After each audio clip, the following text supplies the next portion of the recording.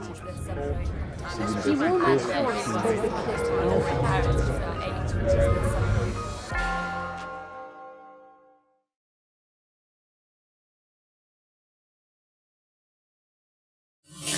you very much, Martin. It's a real pleasure to be, an honor to be here. I asked Anne, oh my God, grand round, I have no idea, what do I have to tell? And she said, well, you know, just tell a little bit about science and how you look at science. So that's what I did. I thought, well, what did I learn in 30 years of doing science in ENT? Now I have to black again. Thank you, Martin. That was very helpful. So I asked myself, what is the most important thing that I learned? And probably that's a very simple answer. That is, ask the right questions. And it can be quite difficult to ask the right questions. So I started to look at the beginning of my career and all the things that went wrong, because I think you learn, hopefully you can learn something from what other people did wrong. These are my disclosures. So I would like to show you some of the mistakes I made and show you some recent projects and what I learned in life, hopefully. So in '86, I was MD for 3 months and got a place as a resident in ENT in Rotterdam, but the Professor Verwoerd there said, well, I can have you in 2 years. So I sent you to a teaching hospital in The Hague and start to do some research there, and in 2 years you can come back. And off I went to The Hague, and there I got a half A4 page of a doctor who had, well, he was a PhD, but that was the only research he ever did. And on that paper, he wrote, what is the effect of immunotherapy on inflammatory cells in the nasal mucosa? And he got 2 years of salary for me to do clinics in the morning and research in the afternoon. So, well, there I was, very happy. And so I started to sort of think, my God, what is this? And I went into the literature, and the first question I had is, I need to take biopsies of the nasal mucosa. How are we going to do that?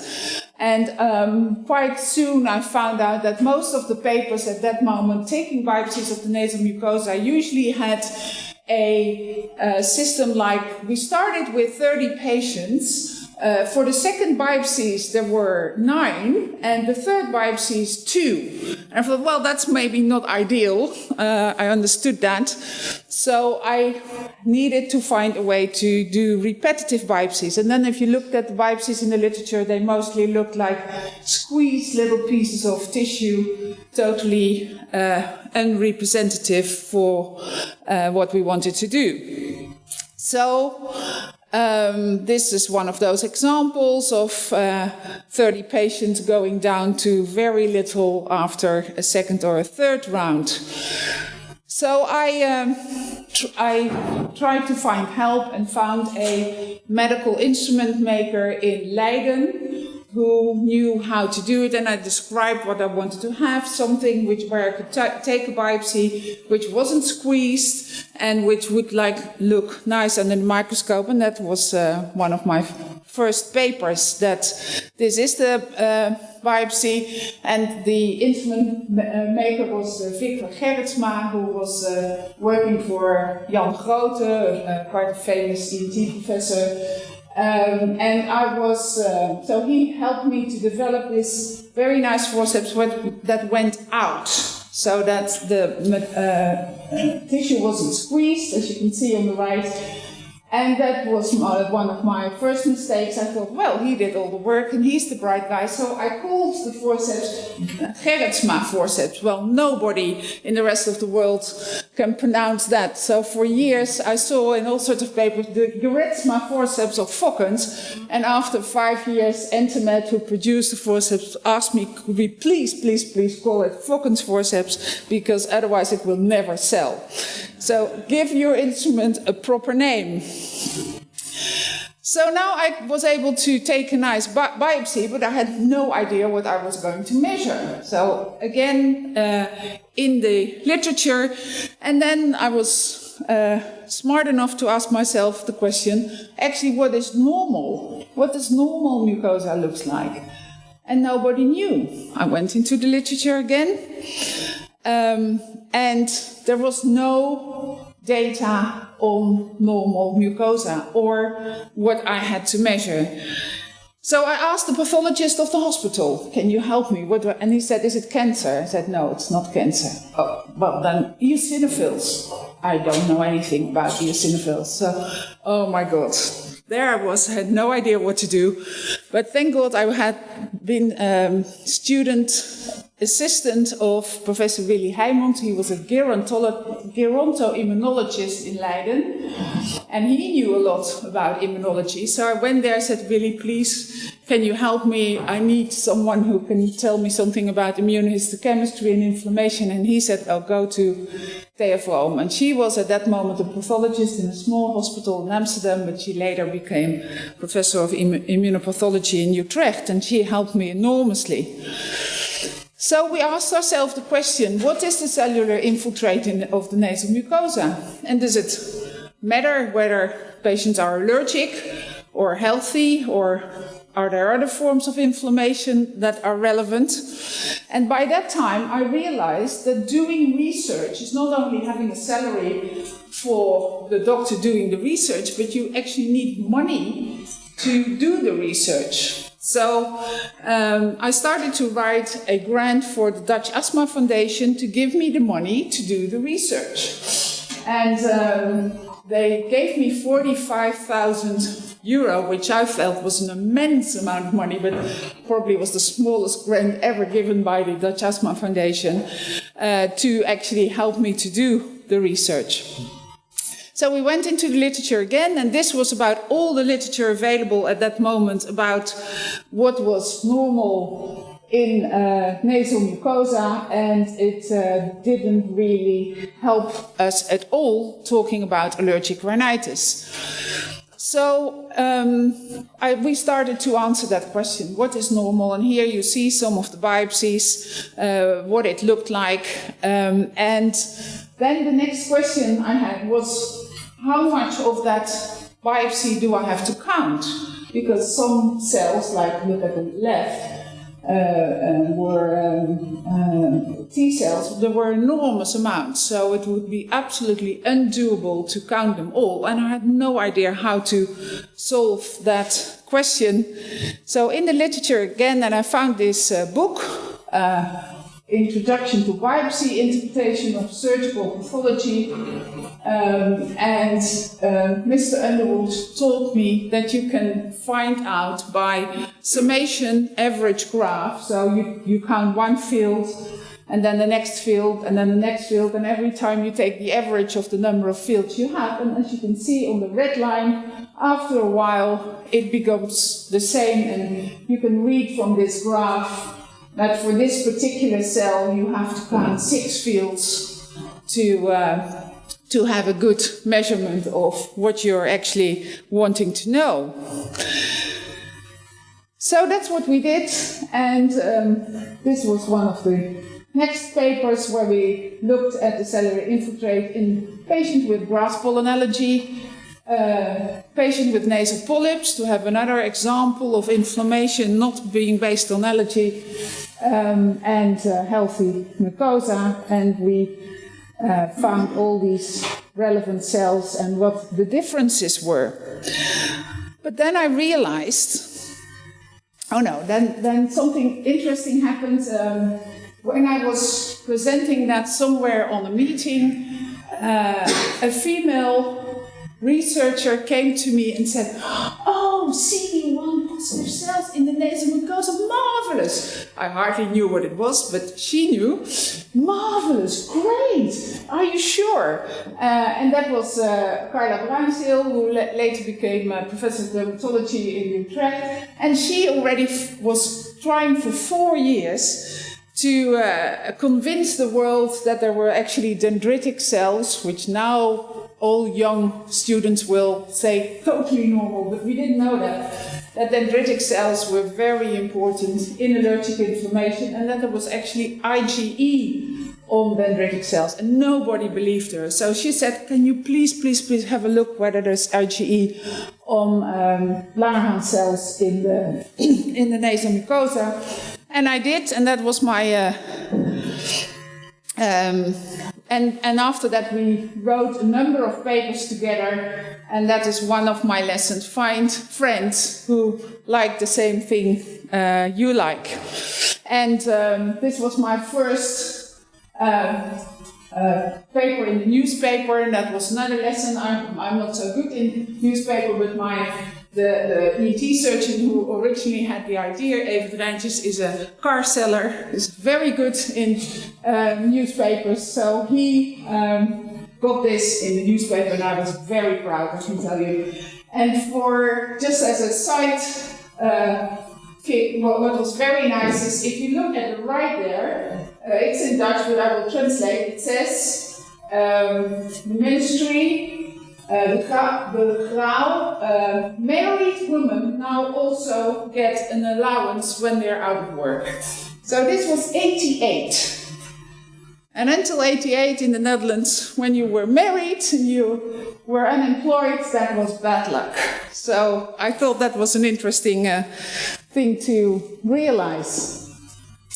Another thing what I learned, and this is exactly the same slide I showed you before, but you can see here on the right a large agglomeration of cells, and we wondered a lot what that could be, and we said, well, it really looks like intermucosal lymphocyte aggregation. And we said, well, nobody ever described that in the literature. It can't be true. We must be wrong. We never wrote it. We never emphasized that it was important, but some other people did. So 15 years, 20 years later, this is a paper from Klaus Bakker's group in Ghent, describing exactly the same thing. And writing a paper in allergy. So another lesson, if you see something which you do not understand, don't think you're wrong, but try to convince the rest of the world that you're right. And that happened a number of times in my life, that we saw things in immunology that we didn't understand, and sometimes didn't bother to write up because we didn't understand, and then later found out that it was really important. So, lesson learned. So now I know I can take a nice biopsy, I know what I'm going to measure, I know more or less what is normal. But we then realized that although we took biopsies in the season in grass pollen allergic patients, we had no idea whether that made any difference with out of season. And probably quite important if you want to measure the effect of immunotherapy to know whether it makes any difference. So next question was, what is the effect of allergen provocation? And we did a number of studies with artificial provocations. You see that on the right, that figure 2 was, we provoked patients every day for 14 days to give them a nice summer in the middle of winter. Which they didn't really appreciate, unfortunately, but they showed us a lot of nice results. And we took biopsies not every day, but every few days to see what happens in the cells. And we checked that to what happened in the next season, and that was more or less the same. So now we had some idea what happened to all these cells during allergen provocation. So yes, there we were. Finally, 2 or 3 years later, we can start with the trial that I originally had to do. What is the effect of immunotherapy on the nasal mucosa? But, unfortunately, then I realized that we had to know a few things, like what is the power of the study, what is the effect size. We knew which cells to measure, but we couldn't do an immunotherapy trial, which is treatment for 3 years, without giving the patient some sort of treatment in season when they were in the placebo group. We felt that was a little bit unethical. So next question, oh my God, if we give them rescue medication, what's the effect of the rescue medication? Unfortunately, nobody knew. So that was my next question. Before I could go to that immunotherapy trial is what's the effect of antihistamines and what's the effect of local corticosteroids on the nasal mucosa? Well, by that time, I moved to Amsterdam to become a resident, but thank God it was the good time when getting money for this sort of research was relatively easy. So I went to GSK and said, we really have to know what is the effect of topical steroids on the nasal mucosa. Can you help me with that? And two PhD students after me, Ali and Holm, first looked at allergic rhinitis, and Henk Blom looked at non-allergic rhinitis and to see what the effect of nasal steroids was. And here you see an example of work of Henk Blom, where he looked at the effect of nasal steroid spray on the nasal mucosa of non-allergic patients, and another example of how you can do things wrong. If you see here, we did a 4-arm study in 65 patients. Don't laugh. So you see all the groups of patients were 15, 16 persons, and without even looking at the screen, with your eyes closed, you can tell the answer to the question. The question was there was no difference. It wouldn't have made any difference. Whatever we measured, it wouldn't have been a difference, or it should have an enormous effect size. So, but in 97, you still could publish in JCI, which is the highest allergy journal in the world with an impact factor of 12. A paper like this with typical type 2 error. Thank God. We convinced GSK to, not to their liking, I must say, to do a real trial, and this is a trial with, I think, something like 1,000 patients per group. Again in non-allergic rhinitis, and again they didn't show any significant difference. So what we said was right, but the way we did it was totally wrong. Here you see an example of large groups, and well, you still can't say absolutely that there is no difference, but at least you can say that if with this size groups the difference is so small, it's probably not clinically relevant. And this is an example of the other way around. I couldn't find the trial. It is an example is, for example, the aspirin trial done in the US with, I think, 50,000 participants in both arms, looking at the effect of aspirin on getting myocardial infarction and cerebral infarction. And here you see, of course, something which is really highly significant, but totally irrelevant. A change like this. So that told me, and here are two very famous biostatisticians who both emphasize that a p-value is not really interesting. The interesting thing is the effect size, and that you have to think about that. So now I knew what was the effect of local steroids on the inflammatory cells in the nasal mucosa. By now we were about 10 years further down the line, and I still didn't have my answer. What is the effect of immunotherapy on the nasal mucosa?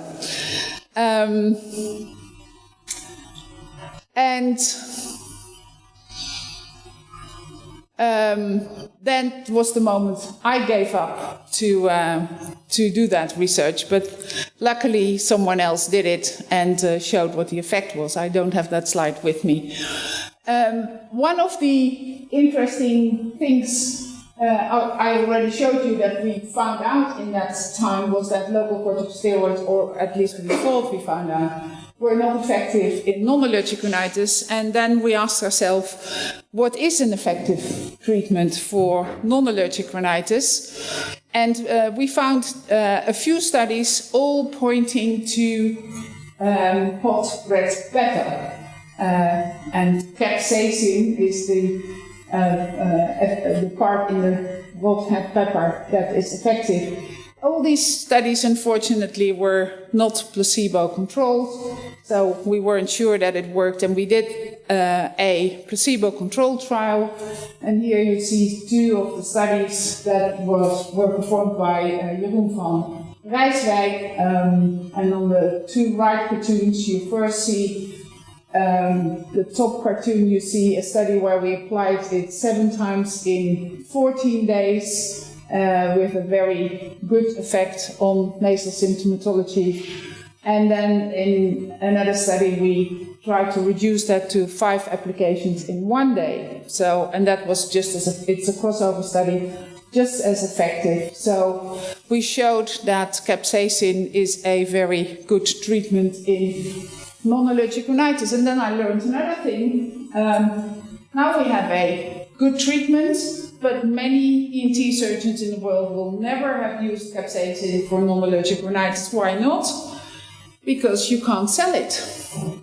Everybody can make capsaicin. My pharmacist makes it in hospital, and I've sent the prescription to many colleagues in the world who ask their pharmacists to make capsaicin, but you can't patent it. And no company will ever bother to make capsaicin for us. So another lesson learned, you can find a nice treatment, but if you can't patent it, nobody will ever produce it for you. Of course, there were others doing trials with capsaicin, and quite recently we published this Cochrane report, and then you see that if you're very strict on the quality of the research, that also that quality wasn't good enough, and that although we said that it may be an option, the quality of the evidence is not good enough, and we need better and larger trials to do that. So, my first project's mistakes, I concluded that it's very nice to be inspired by your daily work and just try to solve the questions that you daily encounter. You don't have to be very smart to just think, oh, this is interesting, and try to find the answer to a normal question. But it's smart to think before you start. And I still almost daily speak with young colleagues who say, yeah, I know I will never be able to really answer this question because we do not have enough patients, we do not know exactly what we're measuring, we do not have the time, we do not have the money or the resources to do it. And so much papers are still published where I know the answer to the question at the first line of the paper because the quality is not good enough. And that's such a terrible waste of all our energy and money. So I learned, it took me 30 years or probably 20 to learn to not only ask the right question, but also try to answer that question.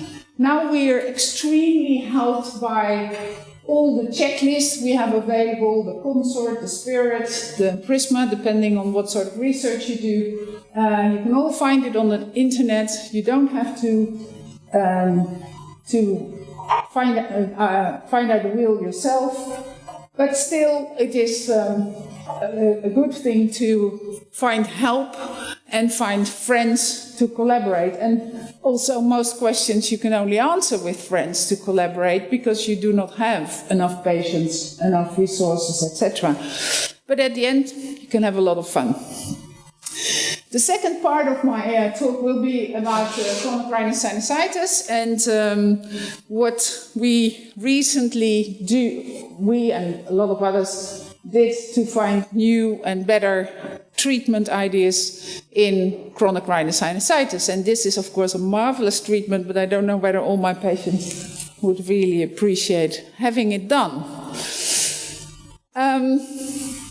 I was quite active the last 10 years in writing guidelines on rhinosinusitis. I was asked by the European Academy of Allergy and Clinical Immunology in 2002 to write a position paper on the treatment of rhinosinusitis and nasal polyps, and now we have in 12 we had the last version, and hopefully there will be a new one in 2020. And I'm very, a colleague asked me how often is it cited, and I'm very proud to show you this, that it's cited 1,500 times now by colleagues all over the world to help them to treat their patients in an evidence-based way. And of course it's relevant then to realize what sort of things we can intervene or want to improve, and it can be symptoms, but definitely also in chronic rhinosinusitis, quality of life,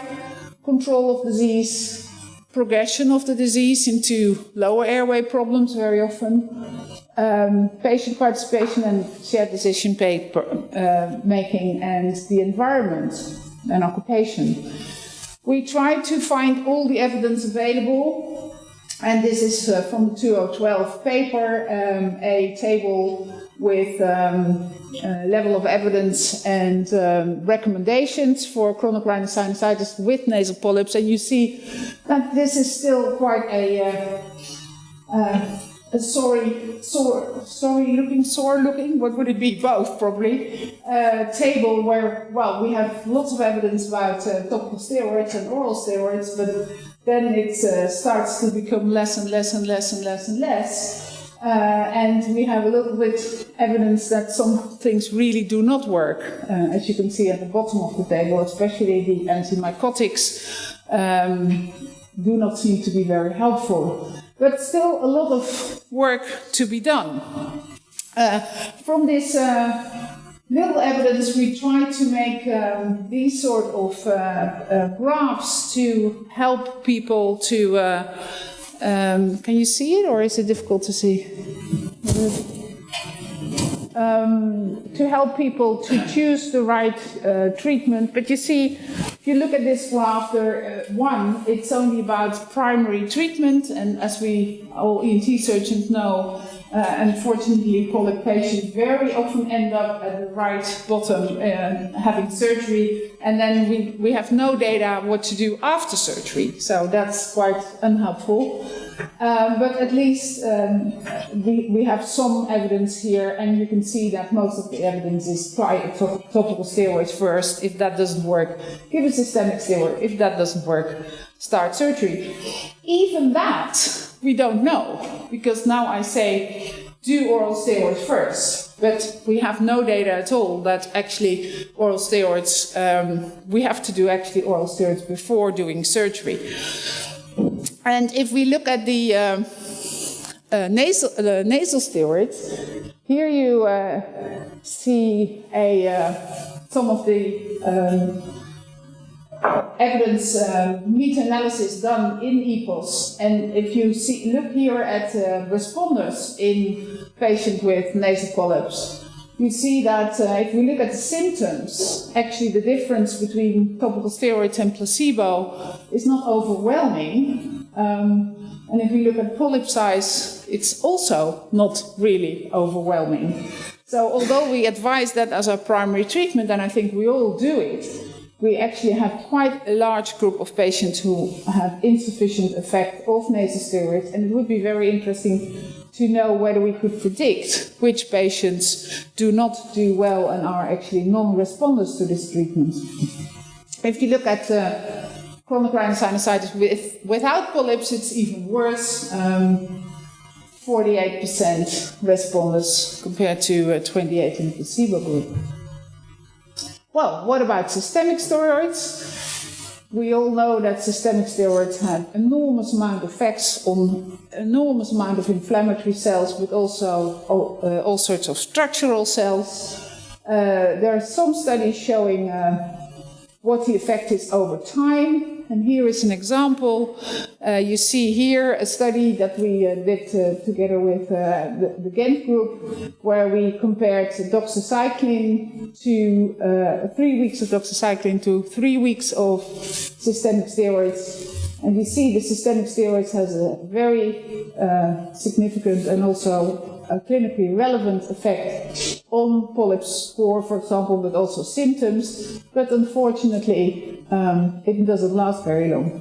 3 months later, we're back to normal. That's, of course, what we all know in our daily clinical work, but it's nice to see it in the study. And the same for here, nasal obstruction, nasal peak inspiratory flow. Really great effect for about 2 months, and then it's over. And if you ask yourself, how much do we, if I ask colleagues, how much steroids do you give? Systemic steroids? 60 milligrams. For? Reducing course over 12 days. Okay, 60 milligrams reduced over 12, reduced dosage. I give 30 milligrams for 2 weeks without tapering down. Does it make any difference? Nobody knows. So, very easy questions which all of you could take up and answer. We have no idea. What is very hot at the moment is try to improve local treatment by having slow release medication that you can actually place in between the polyps, and in that way reduce the symptoms and problems. The question, what is better, systemic steroids or surgery? We tried to answer that question a few years ago, and here you see the meta-analysis. And, there were only 4 trials with very different approaches. 2 of them was polypectomy, not even endoscopic sinus surgery. 2, the modern ones, had endoscopic sinus surgery. We couldn't make much of it, so we still don't know what is better. And then really interesting, and I give you this example to show how critical you have to be when you read meta-analysis, because we did this and said, well, we can't say. And quite recently, there was this American paper. It looks like they did exactly the same, surgical therapy versus continued medical treatment for medically refractory chronic rhinosinusitis. First difference, it was not only polyps. And then you see, a total of 1,000 manuscripts, 6 studies, and you think, well, okay, we had 4, there will be 2 newer ones, that looks all quite good, and then the conclusion is surgery is much better than medical treatment. And I thought, well, that's interesting. So went into the paper, and then you see that actually they disregarded all the studies that were in the Cochrane, found 6 studies between 2005 and 2016. It's not in the abstract. So the last 11 years, all these studies were from the same group, and all were not randomized. They were just the patient who said, I'd rather have surgery, and the other patient said, I'd rather continue my medical treatment, and then that was the meta-analysis. So, a good example of modern time publications and not believing what you read in an abstract. If you really want to know, read the paper and find out what they did. Well, is surgery no good at all? I wouldn't say that. I was really intrigued, and I'm sure we have to do this in a prospective way, and we will do this in a prospective way, but by these database studies from the UK, from Claire Hopkins was the first author, looking at they looked retrospectively in these cohorts whether patients who were operated early in their disease, so in the first 12 months of their disease or late in the disease, how they developed over time. And they saw 2 things. One, patients who were operated late in the disease had a much larger, greater use of healthcare, but also patients that were operated late had got asthma much more often than early in the disease. So here is, they did 2 studies, quite comparable, early cohort, mid cohort, and late cohort, and we see that the patients that were in the late cohort had a much higher chance of developing asthma over time. You see 20% in the early cohort versus 36% in the late cohort. Well, this was not a prospective trial, and we have to redo this whole thing to see whether it's true in a prospective trial, but of course really relevant if it means that we can prevent asthma to develop if we operate patients early, and totally opposite to what we said for a long time, keep patients on medical treatment for a long time and only operate when symptoms are bothersome despite the treatment. Is that the only trial? No, there's another one from the US with almost the same conclusion. So it really looks like this could be true, but we need prospective trials. And that brings me to the last part of this talk. What are we going to do in the future, or are we doing at the moment? And in the UK and the Netherlands, we both had the idea of trying to do a prospective randomized trial comparing surgery to medical treatment in patients with nasal polyps. We started 4 years ago. With this trial, multi-center in the Netherlands, patients who fulfill criteria to be eligible for surgery, so they had optimal medical treatment already, and when the moment the surgeon decides this is a patient for surgery, we ask the patient to be randomized to medical treatment versus surgery. Of course, that's not an easy question to ask for a doctor. You just decided with the patient that surgery would be the best option, and then you say, oh, by the way, would you like to participate in this trial where you're not operated in the next 2 years, but we will know the answer whether surgery is a good thing for you. Not always easy, but very nice, and we published the trial, the start of the trial, in Trials this year, so that everybody can see what we did and comment on that.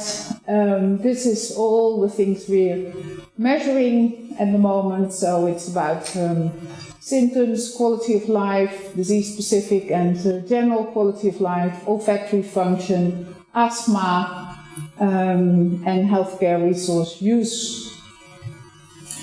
And this is to show that doing this sort of research is not easy. We started including patients in February 15. I must say that in the beginning not all centers in the Netherlands had their ethical approval, but by July everybody had ethical approval. And you see that it's going. We plan to be ready now. We need 240 patients, and we have 160 now. So there's still at least a year to go.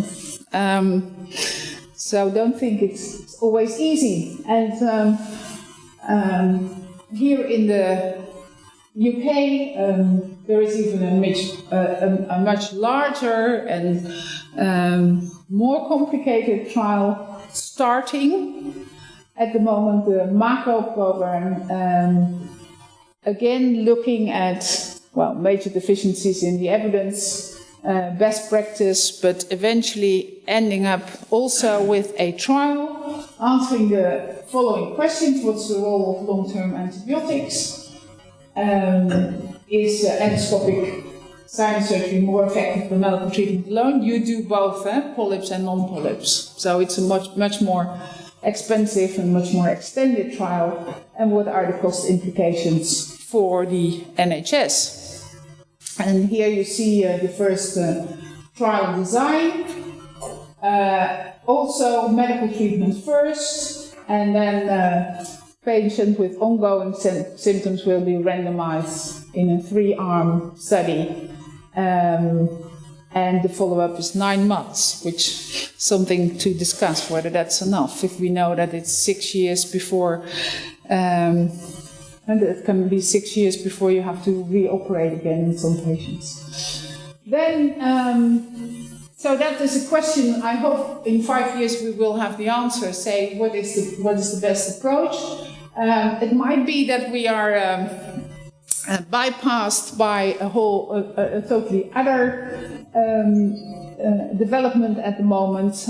I showed you inflammatory figures at the beginning, and this is what we know in nasal polyps at the moment. And in the asthma field and also atopic dermatitis, of course, there is the same sort of inflammation, and now companies all start to make treatments against Th2 inflammation with monoclonal antibodies. And we have a number of those antibodies available at the moment, and studies done in nasal polyps, and I will just show you two. This is a study with dupilumab. Dupilumab is now available for atopic dermatitis in most countries in Europe, but it will become available for asthma and hopefully also for nasal polyps. And you see that there is a significant but also very relevant effect compared to placebo on nasal polyp score. And now I showed you here some asthma figures like FEV1 and asthma control, but the same is actually for nasal polyp symptoms.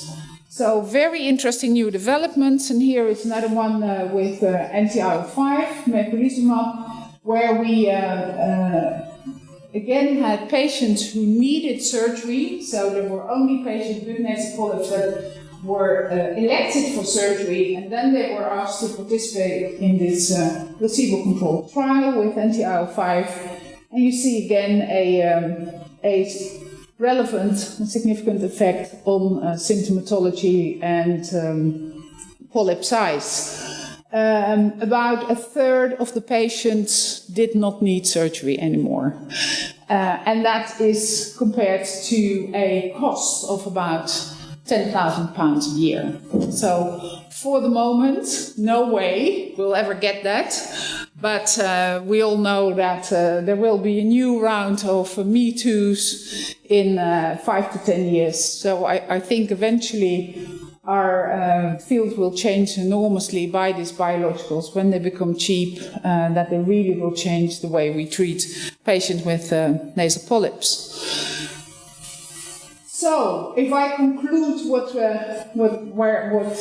the research from the last 5 to 10 years, we need to join forces in Europe, and we should do much more, I think, than we do at the moment to get answers to our most important clinical questions. We need to convince the governments that the impact of chronic upper airway disease on quality of life is major, and it's a major cost for society.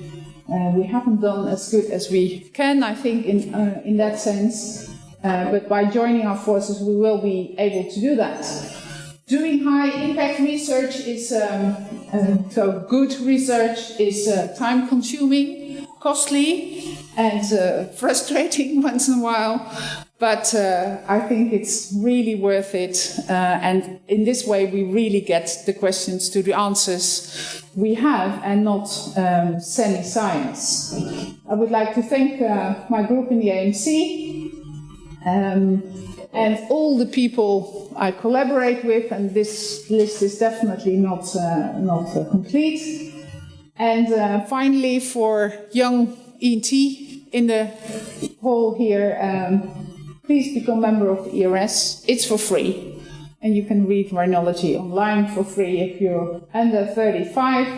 And also, please come to the next ERS meeting in London from 22 to 26 of April this year. Thank you very much.